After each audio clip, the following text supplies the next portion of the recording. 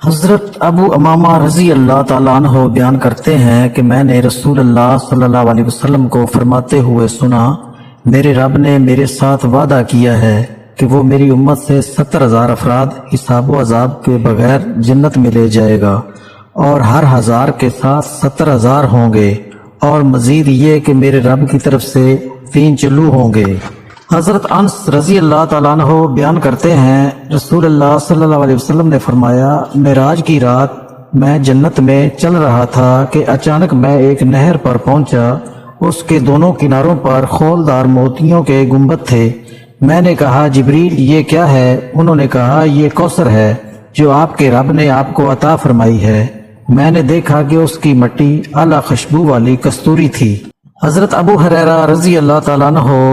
نبی کریم صلی اللہ علیہ وسلم سے روایت کرتے ہیں، آپ صلی اللہ علیہ وسلم نے فرمایا، روز قیامت میری شفاعت کے لحاظ سے سب سے زیادہ سعادت مند شخص وہ ہوگا جس نے خلوص دل سے لا الہ الا اللہ کے سوا کوئی معبود برحق نہیں پڑھا ہوگا۔ حضرت ابو موسیٰ رضی اللہ تعالیٰ عنہ بیان کرتے ہیں، رسول اللہ صلی اللہ علیہ وسلم نے فرمایا، جب قیامت کا دن ہوگا تو اللہ ہر مسلمان کو ایک یہودی یا ایک عیسائی دے گا اور فرمائے گا کہ اس کے بدلے میں جہنم کی آگ سے تیری آزادی ہے۔